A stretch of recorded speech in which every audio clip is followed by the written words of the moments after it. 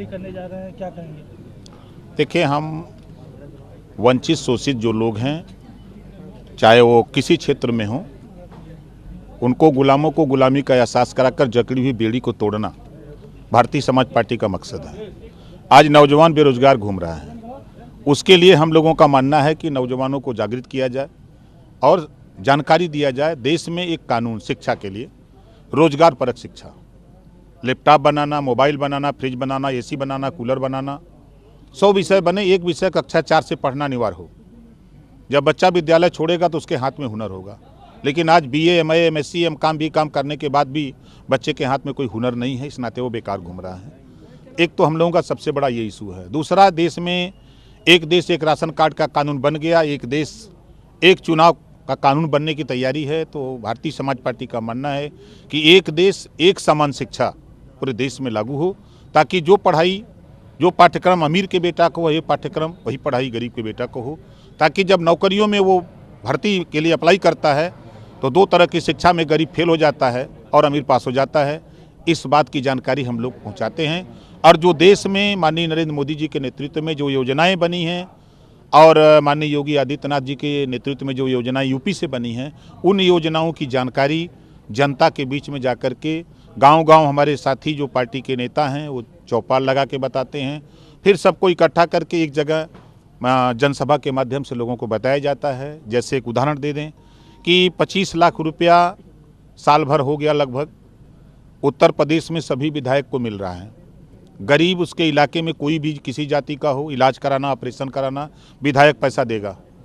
लेकिन अभी गरीबों के बीच में इसकी जानकारी नहीं है, तो जनता को बताने की भी ज़रूरत है कि योजना ये बनी तो इसका लाभ उठाओ। अभी दिल्ली में आप बड़ी मंत्रियों से मिले हैं, तो कैबिनेट में आप जगह मिलने की बात की जा रही है? देखिए, जिस दिन विस्तार होगा, हमको अंदाजा खरमास के बाद किसी भी दिन विस्तार होगा तो उस दिन सरकार में शामिल रहेंगे।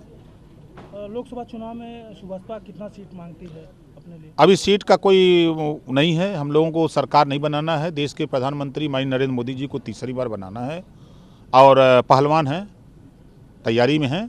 जब सीट बंटवारा होगा तो फिर बताएंगे। कांग्रेस से राहुल गांधी भारत न्याय यात्रा पर निकल रहे हैं, इनको लेकर क्या कहेंगे? देखिए, जब ये पार्टियां सत्ता में रहती हैं तब इनको न्याय की बात नहीं याद आती है। जब ये सत्ता से बेदखल होते हैं तब इनको दिखाई देता है। इस नाते इनके यात्रा का कोई मतलब नहीं है।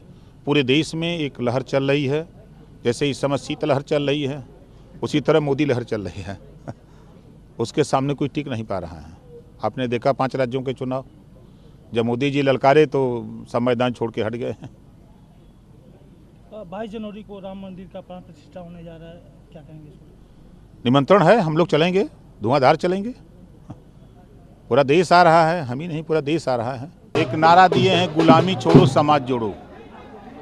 और जो देश और प्रदेश से योजनाएं जो बन रही हैं, उन योजनाओं का लाभ जनता तक कैसे पहुँचे, उसके संबंध में गांव-गांव चौपाल लगाते हैं। और जब चौपाल का काम पूरा होता है तो फिर सबको एक जगह इकट्ठा करके हम लोग उनको बताते हैं कि देश में बेरोजगारी चरम पे है।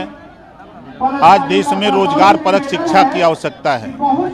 कलम बनाना, घड़ी बनाना, मोबाइल बनाना, रेडियो बनाना, ट्रांजिस्टर बनाना, फ्रिज बनाना, एसी बनाना, इस तरह का शिक्षा कक्षा 4 से लागू होना चाहिए। रोजगार परक शिक्षा, एक देश एक राशन कार्ड का कानून बन सकता है तो एक देश एक समान शिक्षा का कानून भी देश में पास होना चाहिए। दुनिया के तमाम देशों में गरीबों के स्वास्थ्य फ्री हैं, तो उसी तरह भारत में भी गरीबों का इलाज फ्री होना चाहिए। इस तरह की तमाम योजनाओं को हम लोग जनता के बीच में पहुंचाने का प्रयास कर रहे हैं। जो सरकार के उत्तर प्रदेश सरकार द्वारा माननीय योगी आदित्यनाथ जी द्वारा जो यहाँ से पास होते हैं और माननीय प्रधानमंत्री जी के यहाँ से जो योजनाएं पास होती हैं, उन योजनाओं की जानकारी जनता तक नहीं पहुँच पा रही है। जैसे एक उदाहरण मैं बताऊँ कि अभी 8 महीना पहले 25 लाख रुपया हर विधायक को अपनी विधायक निधि से अपने क्षेत्र में गरीबों के इलाज ऑपरेशन के लिए देने का कानून पास हुआ है। लेकिन अभी इसकी जानकारी धरातल पे नहीं है। जब जानकारी नहीं है तब वो कैसे जाएगा विधायक के यहाँ पैसा लेने के लिए। उसी तरह जो योजनाएं बन रही हैं, उन योजनाओं की जानकारी जनता तक हो ताकि जनता अपने हक के लिए लड़े। अयोध्या में 22 जनवरी को भव्य श्री राम मंदिर का उद्घाटन हो रहा है, प्राण प्रतिष्ठा हो रही है, क्या कहना चाहते हैं आप? आमंत्रित हैं, आमंत्रण मिल गया है, हम लोग भी चलेंगे। क्या लग रहा है राहुल गांधी और अखिलेश जी, क्या लग रहा है, उम्मीद है कि वो भी पहुंचेंगे? अब उन लोगों का विषय है, अगर वो मानते हैं तो आना चाहिए, नहीं मानते हैं तो अब उनका विषय है। अच्छा, अगर बात करें अखिलेश यादव और मायावती के बीच खींचतान चल रही है इंडिया को लेकर, अखिलेश को लगता है कि ये चुनाव के बाद इंडिया अलायंस से बाहर चली जाएंगी, मायावती भाग जाएंगी, तो क्या आप कहना चाहते हैं? अखिलेश जी पर किसी पे भरोसे नहीं है। 2 बार बसपा से गठबंधन किया, 2 बार कांग्रेस से किया, 2 बार लोकदल से किया, 1 बार निषाद पार्टी से किया, 1 बार भारतीय समाज पार्टी से किया। उनका खुद किसी से नहीं पड़ता है, दूसरे को क्या कहेंगे।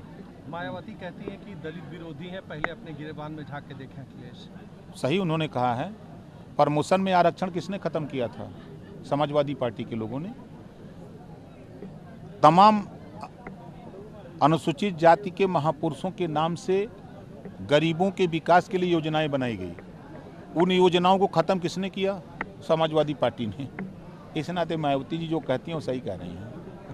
अच्छा, आप क्या कहना चाहेंगे? आप तो खैर निमंत्रण पाए हैं और आप गठबंधन में भी हैं सरकार के, तो क्या कहना चाहेंगे अखिलेश और राहुल गांधी से, खासकर राम मंदिर के उद्घाटन में आने के? हम प्रदेश और देश की जनता से कहना चाहते हैं कि आप राहुल को भी देख चुके हैं, कांग्रेस पार्टी को भी देख चुके हैं, समाजवादी पार्टी को 4 बार देख चुके हैं, बसपा को 4 बार देख चुके हैं, और जो प्रदेश और देश मोदी जी, योगी जी, अमित शाह जी के नेतृत्व में जो काम हो रहा है, चाहे वह महिला आरक्षण का मामला हो, आपने देखा कि जो काम ये लोग नहीं कर पाए उस काम को 33% रिजर्वेशन पास हो गया, बिल पास हो गया, 5 साल के अंदर लागू होने जा रहा है।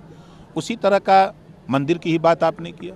ये लोग सरकार में थे तो नहीं कर पाए, अब आज बन रहा है तो लोगों को बुरा भी लग रहा है, कुछ लोगों को कि क्यों बन रहा है, नहीं बनना चाहिए। कुछ लोग अपशब्द भी कह रहे हैं। ये तो देश विभिन्नताओं का देश है, कोई खुश तो कोई नाराज, ही तो होता रहेगा। अच्छा, अभी आप एक बात कह रहे थे कि विधायकों को 25 लाख रुपए मिल रहे हैं और वो सूचना जनता तक नहीं पहुंच पा रही है, इसकी चूक है ये? चूक विधायकों को अपने अपने क्षेत्र में प्रचार करना चाहिए। जैसे हम नहीं, सरकार तो अब जैसे सरकार एक ही बात तो नहीं, कानून बना, कानून बनने के बाद सरकार ने अपना उसको मैसेज दे दिया सबको। अब वो मैसेज जनता तक पहुंचाने के लिए जनप्रतिनिधियों का भी कर्तव्य है। अब हम जैसे आपके माध्यम से बोल रहे हैं, आपके सामने बोल रहे हैं, तो आप जब इस बात को रखेंगे, आप दिखाएंगे, तो देखने वाले लोगों को समझ में आएगा कि नहीं भाई वो नेता। तो जनप्रतिनिधि भाजपा के ही है, सब दल के हैं। क्या बसपा के लोग प्रचार कर रहे हैं? क्या सपा के लोग कर रहे हैं? कांग्रेस के लोग कर रहे हैं? वो भी नहीं कर रहे हैं। आप कब तक इंतजार करेंगे मंत्री बनने के लिए? खरमास बीत जाए। ये वाला खरमास मतलब अंतिम उम्मीद है कि नहीं विश्वास है है, आपको? नहीं, देखिए जब राजभर कदम बढ़ाता है ना तो सफलता हासिल करता है। तो विश्वास है कि उम्मीद है आपको? नहीं, उम्मीद हमको है, विश्वास नहीं है? उम्मीद और विश्वास दोनों है।